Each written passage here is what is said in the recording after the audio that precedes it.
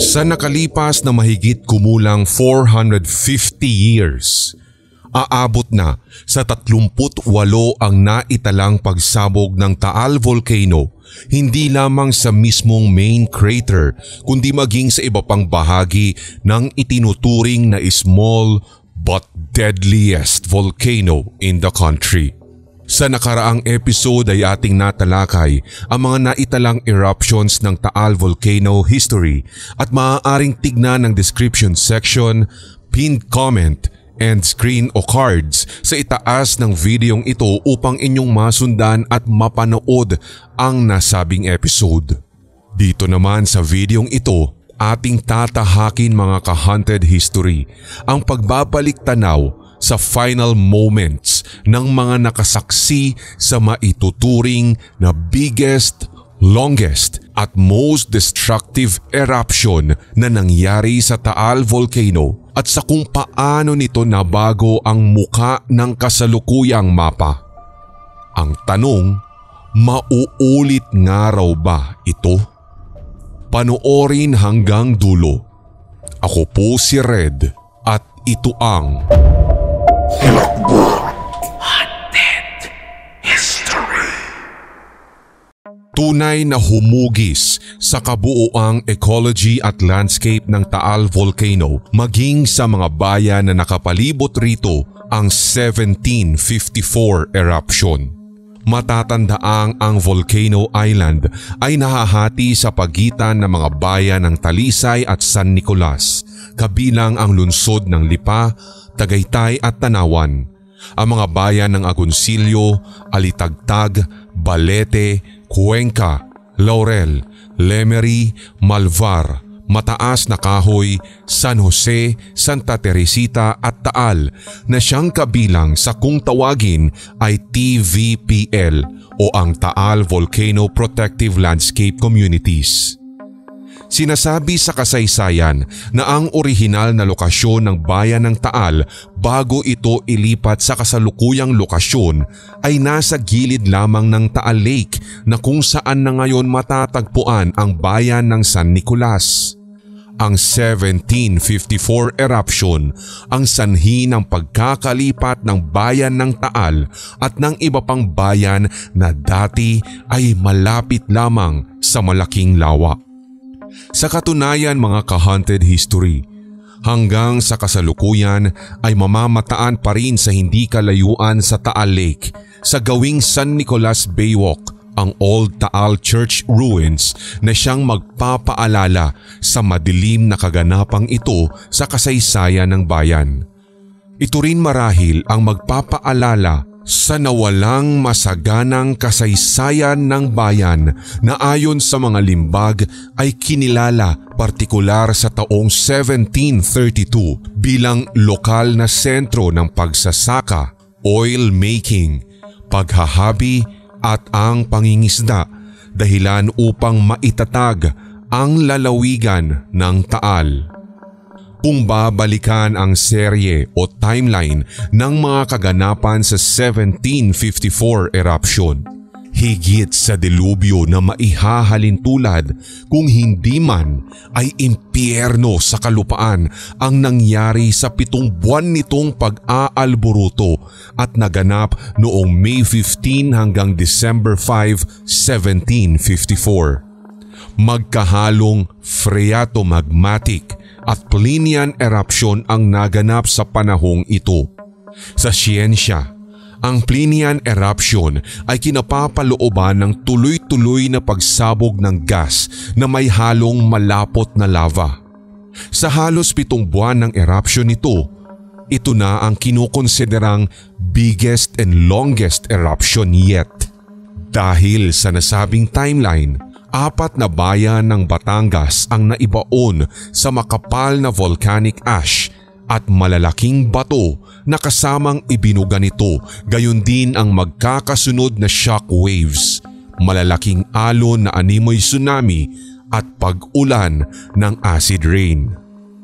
Matatandaan na bago ang kaganapang ito, September 21, 1716, Nang maitala ng nooy misyonaryo sa Lake Taal sa pagitan ng 1663 hanggang 1735 na si Padre Francisco Pingaron, isinilarawan niya na ang pagsabog ng bulkan ang nagdulot ng malalaking alon na siya pang humampas sa kumbentong yari sa bato at lime. Sa hiwalay ding tala, isinilarawan ng isang Padre Manuel de Arce na ang naturang insidente ay kumitil sa maliliit at malalaking isda ng lawa. Nakalaunan pa nga'y natangay sa dalampasigan at nang kanilang suriin, ang mga ito daw ay tila na prito. Ibukod pa ang naitala noong August 11, 1749 ni Padre Francisco Bencochillo, ang tumayong kura paroko ng Sala Parish mula 1710 hanggang 1776. Isang maningning na liwanag ang nagpagising umano sa kanya isang madaling araw ng nabanggit na petsa. Ang liwanag na iyon ay nanggaling mismo sa ibabaw ng bulkang Taal anya na sa unang tingin, ang buong akala ng prayle ay liwanag lamang galing sa artillery ng galyong Acapulco, gayong inaasahan kasi ang pagdaong nito sa Maynila galing ng Mexico. Nakagawian na umano ng bawat galyo na dumadaong sa Maynila ang magpaputok ng kanyon bilang pagpupugay kay Our Lady of Kaysasay sapagkat may dating sangtuaryo umano ang Santa sa bahaging iyon na kasalukuyang bayan na ng Taal. Subalit nang lumaon, dito na niya nadinig ang sigawan ng taong bayan habang may isa pa umanong tiga doon ang nagyayaya na sa kanya upang lumikas. Subalit nanatili umano ang pari habang pinapanood pa ang makapal na alikabok na ibinubuga ng bunganga ng bulkan. Kitang-kita rin umano niya kung paano tila bumababa ang mga ito mula sa Taal Volcano. Makaraan nito, yumanig ang kalupaan. Nang lumipas ang halos 3 linggong pag-aalburuto ng Taal, isinulat at isinilarawan ng prayle kung paano nagbago ang balat ng kalupaan ng bayan ng Sala at ng Tanawan. Ika niya, marami sa mga nagtataasang puno sa mga nabanggit na bayan ang tila nilamon ng malalaking bitak sa lupa. Gayun din ang mga kabahayan na dati ay nasa matataas na lugar pero ngayon ay tila ibinaba dahil sa pagyanig ng lupa. Halos hindi matirhan ang malaking bahagi ng Sala at ang iba pang lugar sa Tanawan. Nagtuloy ang pagputok ng bulkan hanggang 1753. May 15, 1754. Nang tuluyang burahin sa mapa ng pagputok ng Taal ang lahat ng mga bayan sa gilid ng Lake Taal sapagkat tumagal ito ng 7 buwan. Sa panahong iyon, sinasabing aabot sa 7 hanggang 8,000 ang kabuuang bilang ng populasyon kung pagsasamahin ang lahat ng mga bayang nakapalibot sa Lake Taal. Tuloy-tuloy na nagbuga ng apoy at smoke columns ang Taal Volcano ng sandaling iyon, kasabay ang pagbulwak ng malapot na lava na kung hindi nga raw dahil sa nakapalibot na lawa ay tiyak na aabutan ang mga sinaunang residente ng Lake Taal towns. July 10 ng parehong taon, umulan umano ng makapal at maitim na putik na ayon kay Padre Bencochillo ay kasing itim ng tinta at naganap ito sa Barrio Balili na isa sa mga baryo ng Sala. September 25 nang maghagis ang bulkan ng malalaking mga bato galing sa patuloy nitong pagsabog na siyang sumira sa mga bubungan ng mga nakatira sa sinaunang Taal. Dahil sa pangyayaring ito, napilitang lisanin ng mga nakatira sa unang bayan ng Taal ang kani-kanilang mga tahanan at nagtungo sa katimugang bahagi ng Kaysasay noong November 28. Base sa isinulat ni Padre Bencochillo, ang nangyayari sa panahong iyon ay kahalintulad sa Sodom. Nasaksihan rin niya ang paglaki ng alon mula sa lawa na siyang sumimot sa halos lahat ng madaraanan nito. Naghatid ng mas matinding hilakbot para sa kanila ang napakakapal na usok, matatalim na kidlat, malalakas na pagsabog at dumadagundong paumano ito ng sandaling iyon. Tila tinanggap na nga din ng karamihan sa mga nagsilikas na ito na marahil ito na ang sinasabing katapusan ng mundo. Kinabukasan, hindi maipaliwanag kung bakit bigla na lamang tumahimik ang bulkan, subalit malakas na bagyo naman ang dumating sa bayan. Dahil sa sitwasyong iyon, humiling daw ang gobernador ng Taal ng mga pagkain at damit, subalit hindi na umano ito umabot, makaraang mawasak pa ang barkong may dala nito sa dalampasigan ng balayan. Nang matapos ang trahedyang ito, nagpatuloy sa pagsulat bilang pagdokumento si Padre Bencochillo. Sinabi pa niya na walang natira sa simbahan at kumbento ng sala bukod sa mga dingding nito.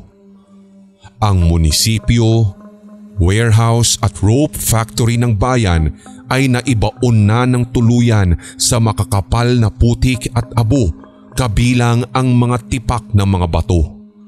Nagtungo pa umano siya sa kalapit na ilog at doon nga'y tumambad sa kanila ang nagkandapatong-patong na mga bangka na ibinaon rin ng makakapal na putik.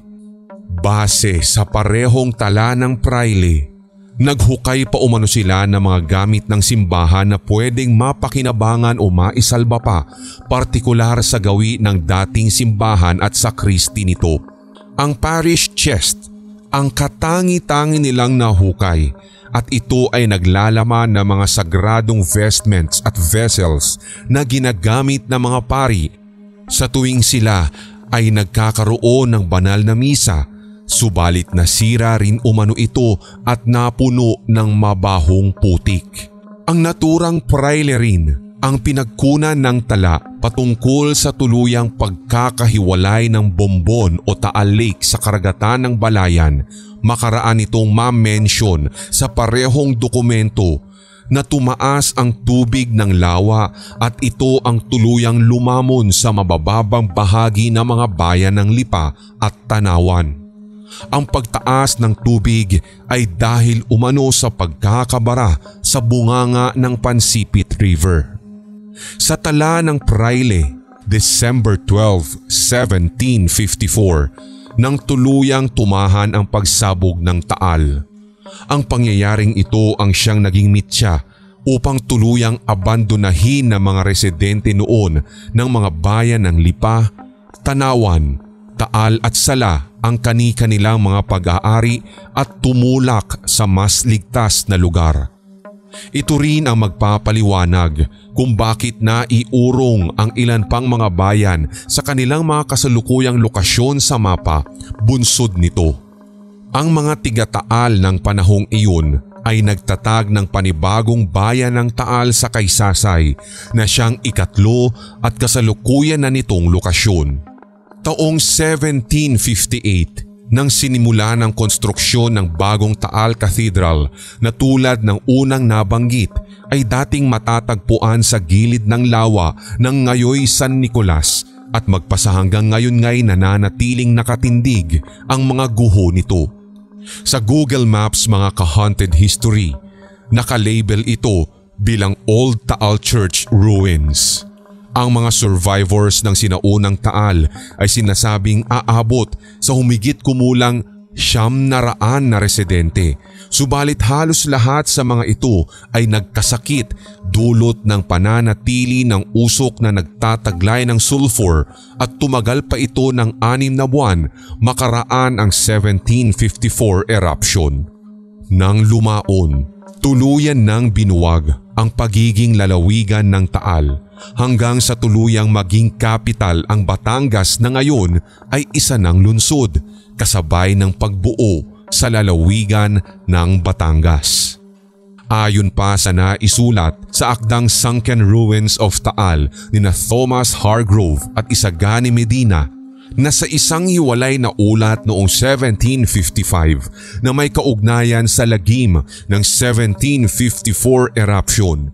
Sinasabing dahil sa pagtaas ng tubig ng lawa, 2 kalsada ng Lipa ang lumulubog na at naaabutan na rin ng tubig ang simbahan ng Tanawan at Sala.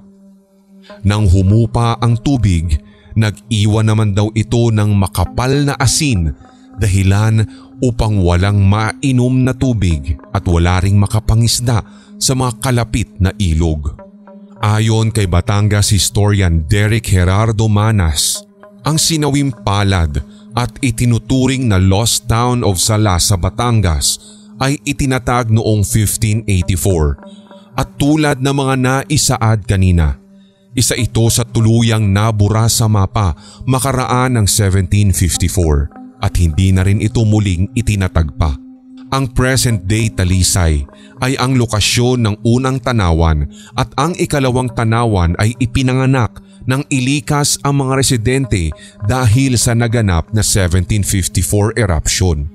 Sa gawing Talisay, partikular sa loob ng Club Balay Isabel Resort, matatagpuan ang Old Tanawan Church ruins na siyang nagsisilbing patunay na dito nga ang lokasyon ng unang Tanawan bukod sa pagiging pinakaunang stone church na itinayo sa panahon ng mga Kastila.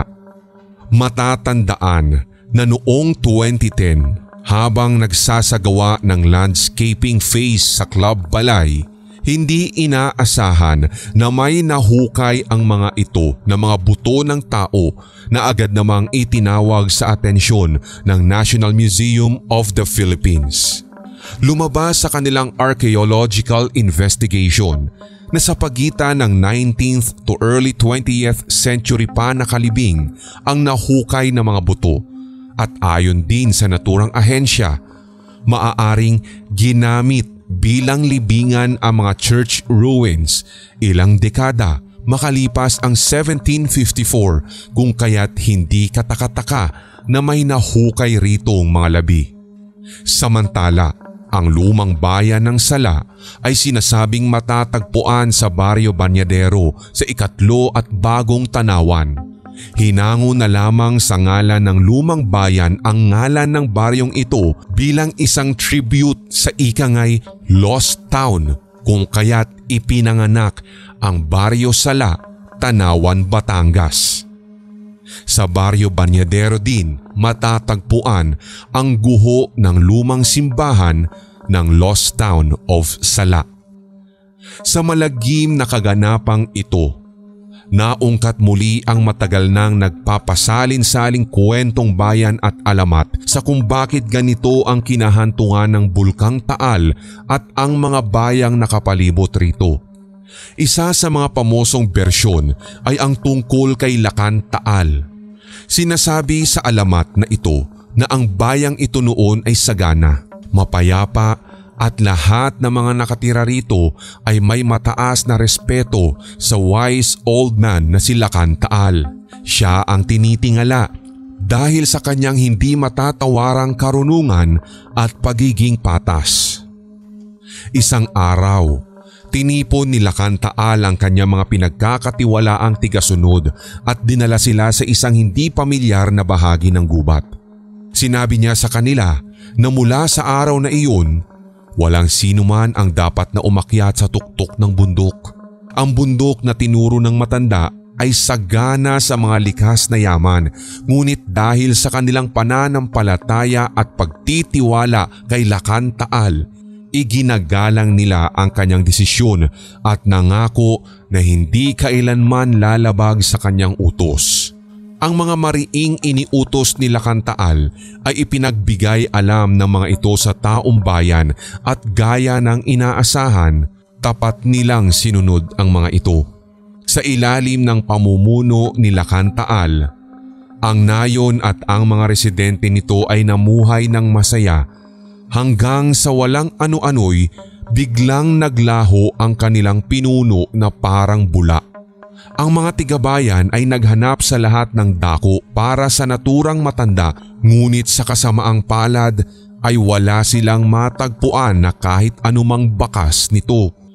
Lumipas ang mga taon at wala na silang natanggap na kahit na anumang balita, at kahit na anino ni Lakhan-Taal ay wala silang nakita.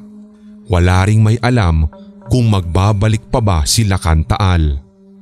Magkagayunman, ang kanilang bayan ay nanatiling masagana, ngunit ang mga residente ay patuloy na umaasa sa pagbabalik ng matalinong matanda.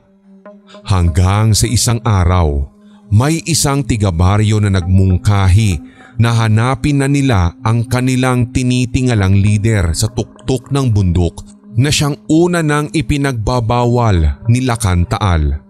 Dahil dito, nag-organisa ang bayan sa sobrang sabik at naghanda ang mga ito upang hagilapin si Lakhan-Taal. Inaasahan din nila na ang tanawi na sasalubong sa kanila pagdating sa tuktok ay hindi maipaliwanag at sadyang maganda, na siyang isa rin sa kung bakit ang lahat ay tila sabik na sabik. Nang maakyat na nga ng mga ito ang tuktok ng bundok, nakakita sila ng isang butas na puno ng mga mamahaling mineral at bato, kabilang ang mga ruby, diamante at perlas. Dahil nasilaw sa kasakiman, nagsimula na mag-agawan ang mga tao. Nag-away-away ang mga ito dahil sa mga mamahaling bato, hanggang sa bigla na lamang silang napatigil nang madinig nila ang isang pamilyar at dumadagundong na boses. Inutusan niya silang huminto at sinabi na alam niyang iyon ang magiging hindi maiiwasang kalalabasan sa oras na maakyat ng mga ito ang tuktok ng bundok. Si Lakhan-Taal ang kanilang nadinig. Galit na galit si Lakhan-Taal sa ginawa ng mga tao ng bayan.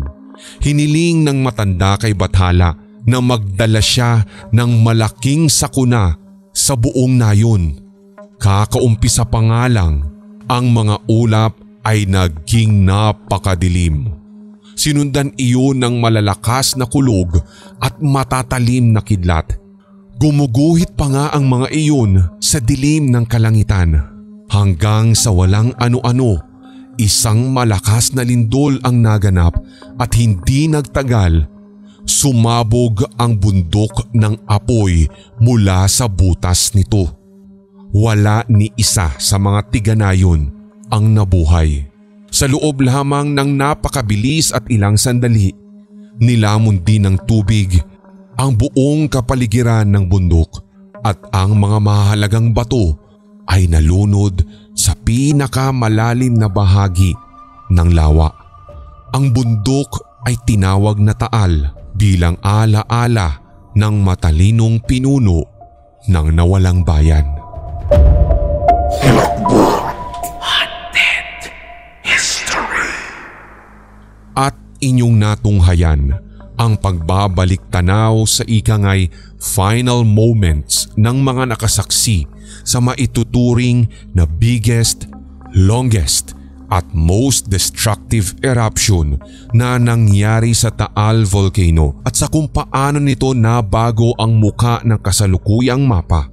Mauulit nga raw ba ito? Panoorin ang mga related videos ng episode na ito. I-check lamang ang video link sa description section o ang pinned comment. Kung nagustuhan mo ang episode na ito, mag-iwan ng komento o opinyon, maging ng topic suggestions. Pindutin ang subscribe button at ang notification bell para sa mga susunod pang Hilakbot Haunted History. Ako pong muli si Red, ang boses sa Hilakbot Pinoy Horror Stories, Sindak Short Stories at Red Diaries Tagalog Love Stories. Hanggang sa muli.